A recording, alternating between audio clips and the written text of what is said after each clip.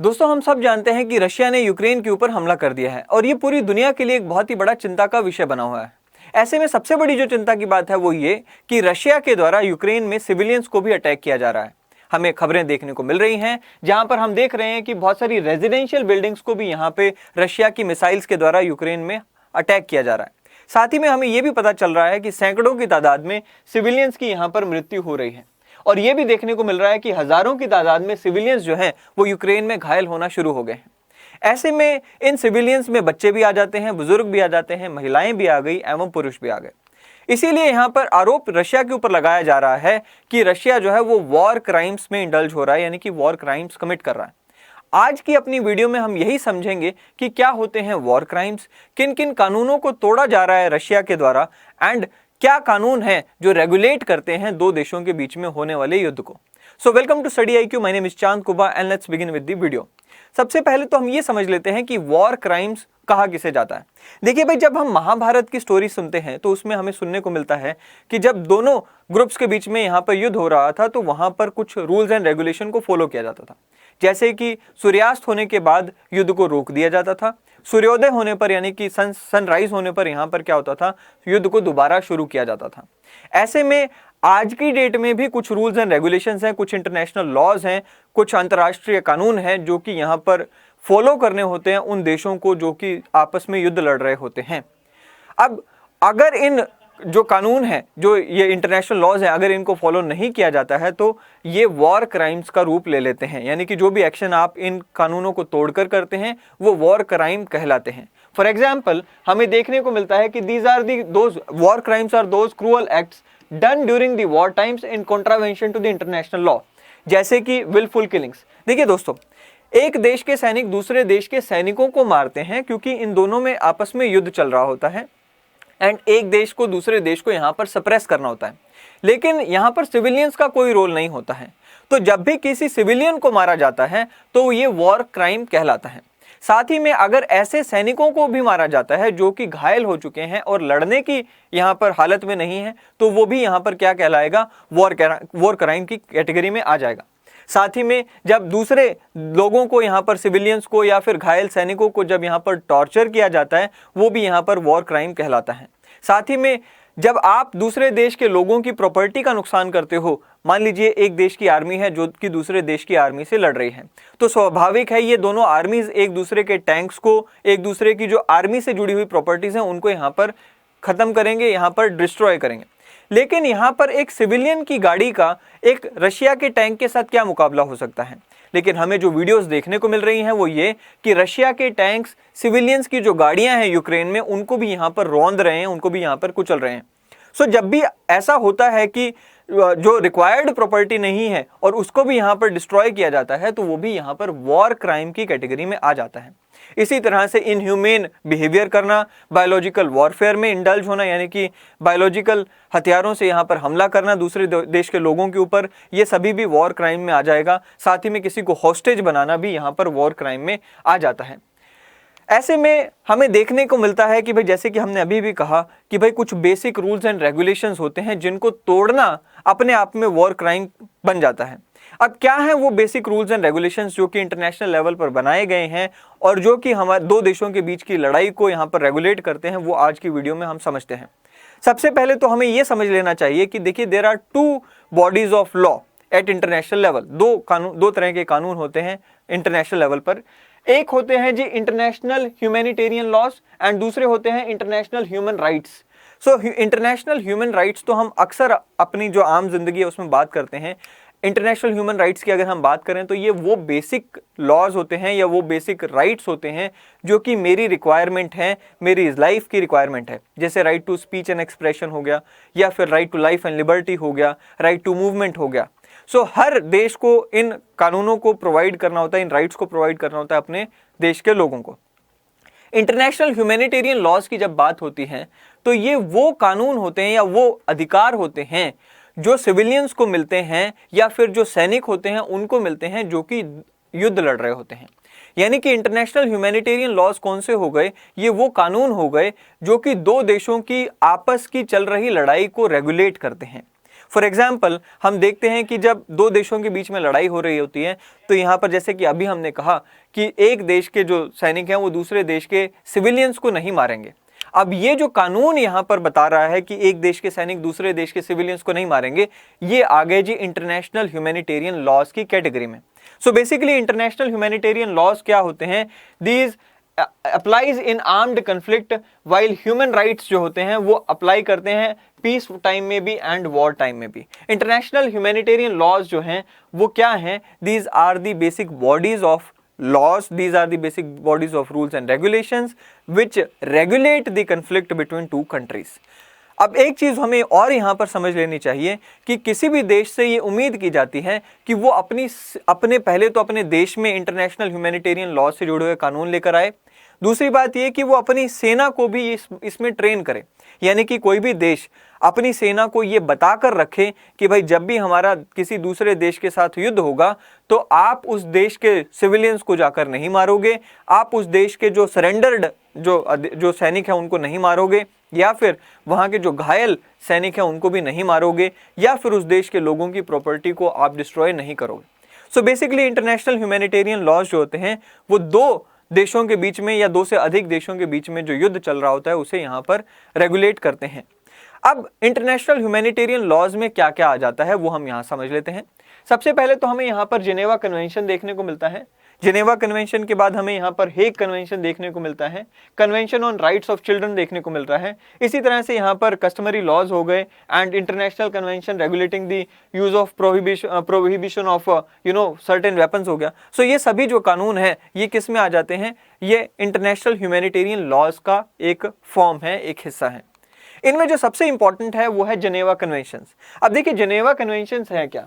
अब Geneva conventions basically अगर इसे हम आसान भाषा में समझें तो ये 4 कानूनों की एक पूरी कंपाइलेशन है, यानी कि 4 कानून एंड 3 जो है एडिशनल प्रोटोकॉल। सो बेसिकली अगर जिनेवा कन्वेंशन किसी ने समझना हो तो इसे हम कहेंगे कि 4 इसमें कन्वेंशंस हैं एंड 3 इसमें क्या है? 3 इसमें एडिशनल प्रोटोकॉल्स हैं, यानी कि अगर हम इसे आसान भाषा में समझें कि 7 टोटल कानून हैं जिनको मिलाकर हम क्या कह देते हैं? Geneva conventions.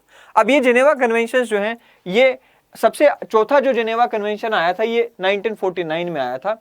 एंड ये जिनेवा कन्वेंशंस बात किस बारे में करते हैं वो यहाँ पर हम देख लेते हैं। जिनेवा कन्वेंशन से यहाँ पे बेसिकली 4 मुद्दों पर बात करते हैं। सबसे पहला मुद्दा है protects the wounded sick soldiers on land, यानी कि वो सैनिक जो कि घायल होते हैं, ऐसे सैनिक जो घायल हो चुके होते हैं उनके क्या अधिकार हैं उसके बारे में बात करता है।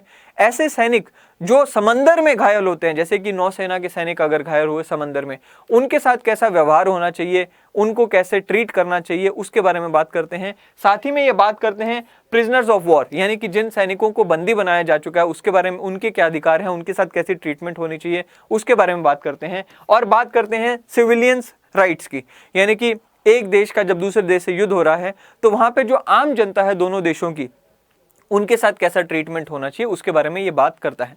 सो बेसिकली 4 इसमें मेन मुद्दे डिस्कस किए गए हैं। अब हम बात करते हैं कुछ बेसिक रूल्स की, कुछ बेसिक बातों की जो कि जिनेवा कन्वेंशन में बताई गई हैं।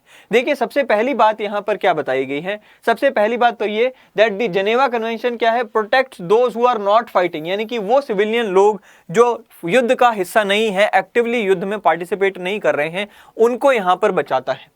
उनके जो भी राइट्स हैं उनको यहाँ पे बचाता है। साथ में ही यहाँ पर मेडिकल पर्सोनल जो होते हैं, अब जैसे रेड क्रॉस हो गया, रेड क्रॉस क्या करता है? वो जो भी देशों के बीच में युद्ध चल रहा होता है उनको यहाँ पर जाकर हेल्प करता है, उनको यहाँ पर मेडिकल सहायता प्रोवाइड करता है। सो उनको यहाँ पर बचाने का काम करता है। दूसरी बात ये protect those who are no longer able to fight, यानी कि जो हारे हुए, सरेंडर्ड या फिर जो घायल सैनिक होते हैं उनको बचाव करना, वो भी जिनेवा कन्वेंशन का एक हिस्सा है। साथ ही में क्या है? प्रोहिबिट्स टारगेटिंग सिविलियंस, अगेन जैसे कि हमने कहा कि जो सिविलियंस युद्ध का हिस्सा ही नहीं है उनको भी यहाँ पर मारने से, टारगेट करने से ये मना करता है। साथ ही में क्या कहता है जी? Mandates that sick and wounded soldiers and civilians have the right to be cared, यानी कि जो सोल्जर्स या जो सिविलियंस बाय एनी चांस घायल हो भी गए हैं उनको प्रॉपर केयर दी जाए, उनको मेडिकल केयर से वंचित ना रखा जाए, ऐसा इस जिनेवा कन्वेंशन में कहा गया है। साथ में कहा गया है जी specify that the medical workers, medical vehicles and hospitals dedicated to humanitarian work can not be attacked, यानी कि आप देखते भी हैं जो भी यहाँ पर एम्बुलेंसेज होते हैं उनके ऊपर रेड क्रॉस या रेड क्रिसेंट बना होता है। इसी तरह से जो हॉस्पिटल्स होते हैं उनकी छतों के ऊपर भी यहाँ पर रेड क्रॉस या रेड क्रिसेंट बनाया जाता है। उसका कारण यही है कि उनको अलग से आइडेंटिफाई किया जा सके और जब भी उनके ऊपर कोई हमला करने की कोशिश करे तो उसे पता चल जाए कि इसके ऊपर हमला नहीं करना है, क्योंकि ये मेडिकल एड से रिलेटेड कोई इंस्ट्रूमेंट है। साथ में क्या है जी, prohibits torture and degrading treatment to the prisoners. Again, जिनको आपने बंदी बना लिया है उन सैनिकों को आप टॉर्चर नहीं कर सकते या उन सिविलियंस को टॉर्चर नहीं कर सकते। Specifies that the detainees must receive food and water. जिनको आपने यहाँ पर बंदी बना लिया है उनके साथ ह्यूमेन ट्रीटमेंट का मतलब यह है कि उनको फूड एंड वाटर प्रोवाइड किया जाए। एंड उनको, जिनको आपने बंदी बना लीजिए, मान लीजिए रशिया ने यूक्रेन के सैनिकों को पकड़कर रशिया ले गया। अब रशिया में रहते हुए जो ये यूक्रेन के POWs यानी कि प्रिजनर्स ऑफ वॉर होंगे, इनको आप अधिकार दोगे कि ये यूक्रेन में अपनी फैमिली के साथ कम्युनिकेट कर सकें किसी भी माध्यम से। फिर कहता है जी, limit the weapons and tactics that can be used in war to avoid unnecessary sufferings. Again, ये किस तरह के जो हथियार हैं यूज किए जा सकते हैं वॉर में, उसके ऊपर भी लिमिटेशन। जैसे कि हमने अभी देखा कि भाई बायोलॉजिकल वेपन्स को इस्तेमाल नहीं करना चाहिए, केमिकल वेपन्स को इस्तेमाल नहीं करना चाहिए, उसके ऊपर ये पाबंदी लगाता है। साथ में क्या है जी, एक्सप्लिसिटली, अभी ये सबसे बड़ा मुद्दा है कि भाई जो सैनिक दूसरे देश के सैनिक, एक देश के सैनिक दूसरे देश में जाते हैं, उनके ऊपर सबसे बड़ा जो आरोप लगता है कि इन्होंने वहां पर जाकर जो बेबस लाचार महिलाएं हैं उनके साथ सेक्सुअल ऑफेंसेस जैसे रेप वगैरह किए। तो एक्सप्लिसिटली मना किया गया है जिनेवा कन्वेंशन में कि ऐसा नहीं होना चाहिए, अगर ऐसा होता है तो दुर्भाग्यपूर्ण है। साथ ही में यहाँ पर क्या है कि भाई दूसरे देश के जो लोग हैं, जिन देश में आप जा रहे हो, उन देश के लोगों की प्रॉपर्टी का नुकसान नहीं करेंगे आप, ऐसा भी जिनेवा कन्वेंशन में कहा गया है। उनके चाहे क्रॉप्स हों, चाहे उनकी बिल्डिंग्स हों, उनके साधन हों, कोई भी प्रॉपर्टी हो, उसका जो नुकसान है वो यहाँ पर नहीं होना चाहिए।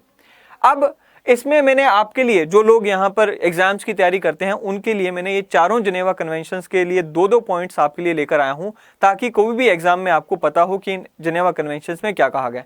सबसे पहला जो जिनेवा कन्वेंशन है, वुंडेड सिख सोल्जर्स को यहाँ पर ऑन लैंड, जो वुंडेड सिख सोल्जर्स हैं उनको यहाँ पर प्रोटेक्शन प्रोवाइड करता है। इसमें फर्स्ट जिनेवा कन्वेंशन में 64 आर्टिकल्स हैं, और जैसा कि मैंने कहा, वुंडेड एंड सिक को यहाँ पर प्रोटेक्शन के साथ साथ जो मेडिकल जो टीम्स होती हैं उनको भी यहाँ पे प्रोटेक्शन प्रोवाइड करता है। एंड जो रिलीजियस पर्सोनल यानी कि जो धर्म से जुड़े हुए धर्म गुरु होते हैं उनको भी यहाँ पर प्रोटेक्शन प्रोवाइड की गई है। फर्स्ट यहाँ पर जो जिनेवा कन्वेंशन है, साथ में मेडिकल यूनिट्स को, मेडिकल ट्रांसपोर्ट को यहाँ पे प्रोटेक्शन दे दी गई।